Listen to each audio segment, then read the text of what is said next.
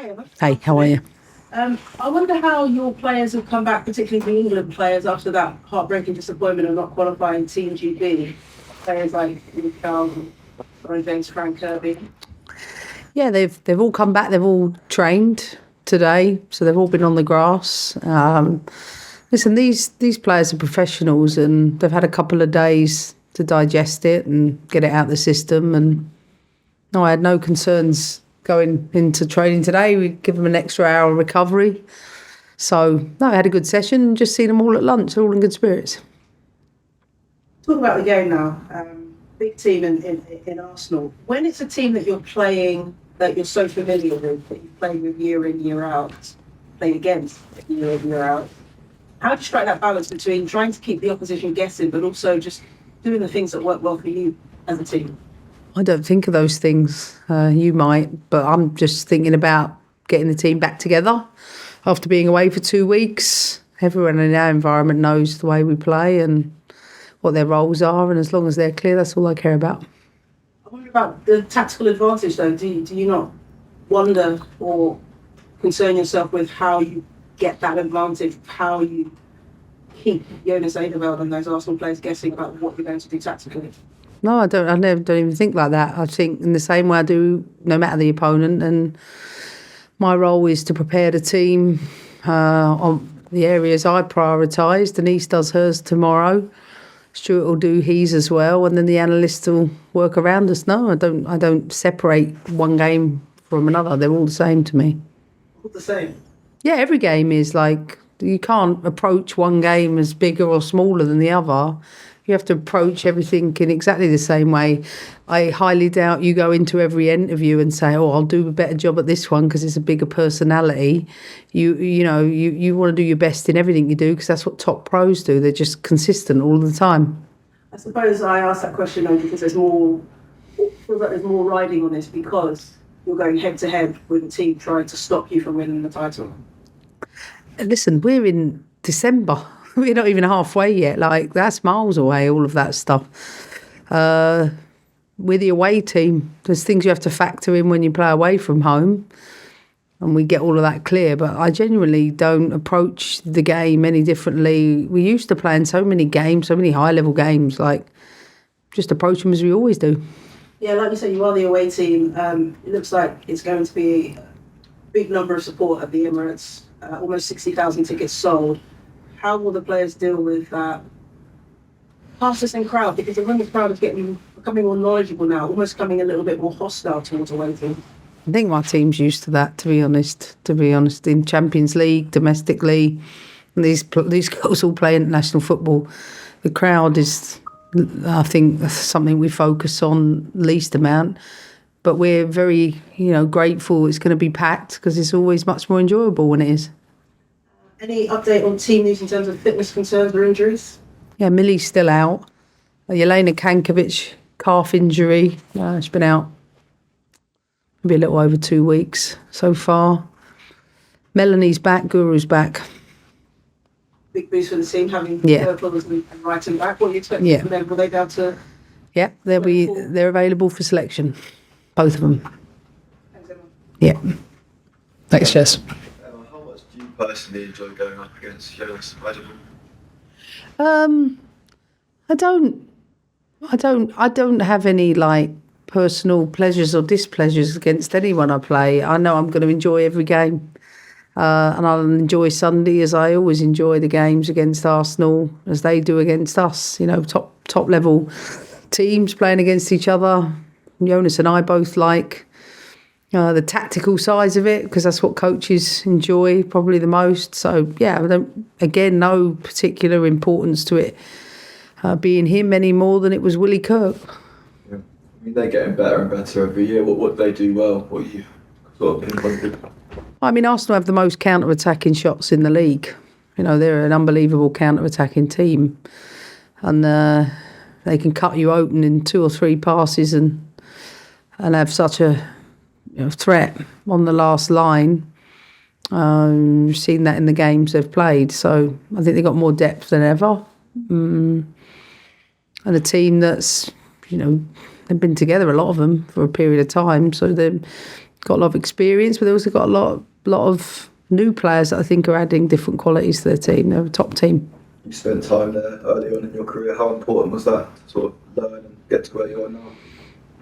I mean, yeah, that was decades ago. I hate to say it. Yeah, I mean, working for Vic Akers has, without doubt, been one of the greatest joys of my life, and everything I learnt from him, I'm sure, has stood me in good stead. But no, I don't. I hate to say it, I'm 47, and I don't really think too much about when I was 10, 11, 12 onwards anymore. But of course, I've had really fond memories of my time at Arsenal. Do you tell the girls how important this game is? Big derby, big crowd?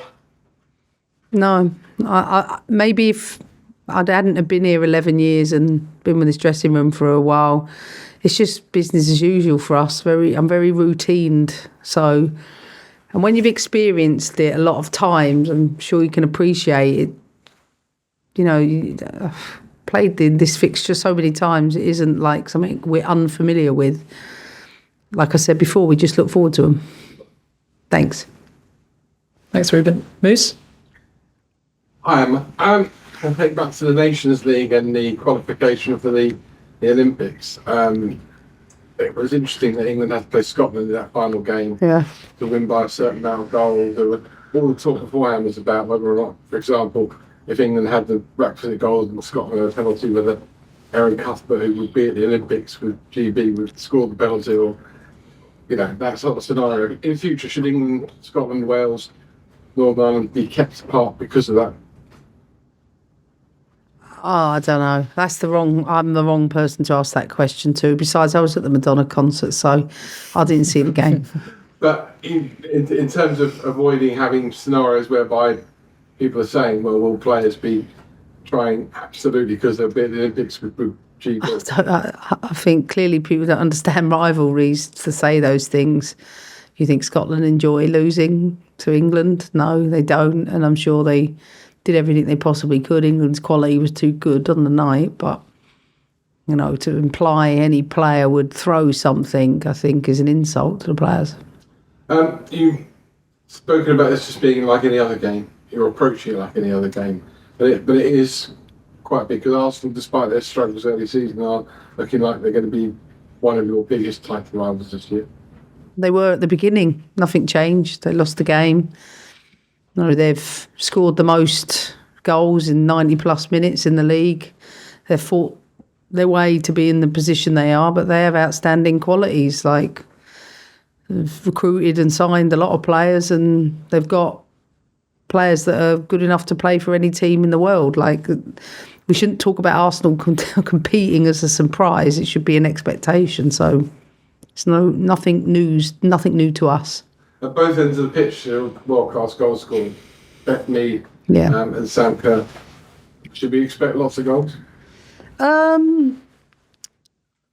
mean, when you look at it like that, I guess, but we don't know how they play out. You'd expect, they're at home, they're used to their pitch. Every home team always generally has a little bit of advantage in the fact they've got their own crowd and things like that. So, yeah, we're going away from home. We understand what we have to do, though. And I think no coach, to be honest with you, likes too many goals in games, because then it indicates either lots of errors or lots of transition. So I don't know what the scoreline will be, but I know we'll be prepared. And you've been talking about it being a normal fixture, but is every fixture you go into now away from home a little bit better because it's the last time you're going to do it? Your last trip to the Emirates. I wish I want to say that it was something, but it isn't. I think because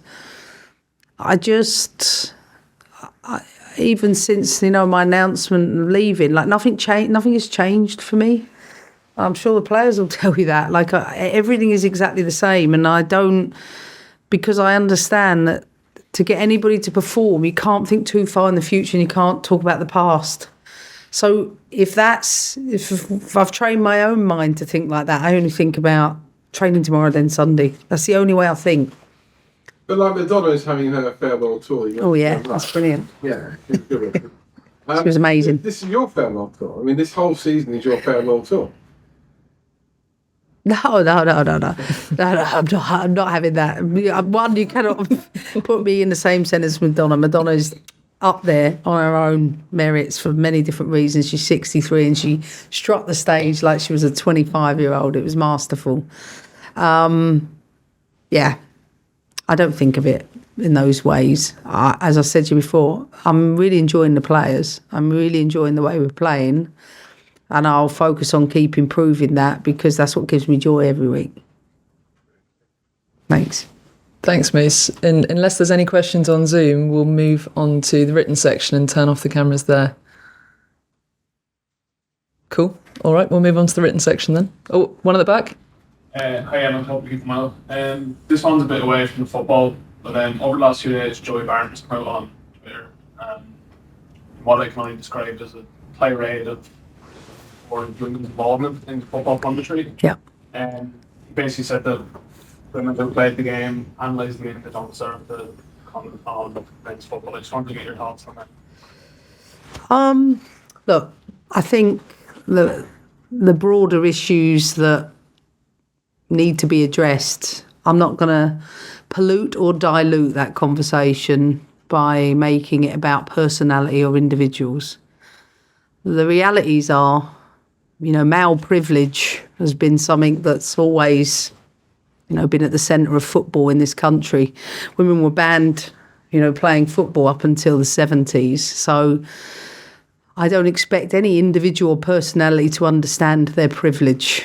Nonetheless, you only have to see scores of women across the internet or in the business, whether you're a presenter, you're a coach, you're a player, to realise that we're routinely used to dealing with systemic misogyny, bullying, and behaviour that has been pretty normal for a large part of the football public. The realities of it is that I find the debate interesting, and we should have the debate without being personal about it. And I'm not referring to any individuals, but I feel that sport is probably the last place in society where that male privilege exists. And so naturally, if I go all Darwinism on us, and speak evolutionary theory, the realities are that when there is an existential threat, you either evolve or you die. It's one or the other. And I think when it comes to the sport of football, in this case, we have to remember that society isn't always as well represented across the media or across the game in coaching or playing, etc. And that if you haven't experienced systemic misogyny, like lots of us have, you can't for one moment understand how detrimental some of these conversations are, knowing that anything anyone says just enables an absolute pile-on, particularly on social media, which, let me be clear, it doesn't take a lot for people to pile on women. It's pretty normal for a lot of people that support football. And so it's sad a little bit that, not that we're not having the conversation, we should have the conversation about the broader issue of it. But I want to accentuate the positive. I want to accentuate the positive contributions that many of us, myself included, have made to the game of football. And that, unlike other professions, and I have to say this because I'm always fascinated with it, rarely do we go into a hospital, I don't know, if we have a female physician who's carrying out a surgical procedure on someone's kidney. Often we won't turn around and say to that surgeon, "Oh, I hope she was a good patient once," because being a good patient means that you're going to be a good doctor. Well, we know that's not to be true. Talent and experience might help, but you need skill set. It's the same about being a great banker. Does that mean you had to be a frugal spender? to be a good banker, much in the same way do you have to be a well-travelled passenger to be a good pilot.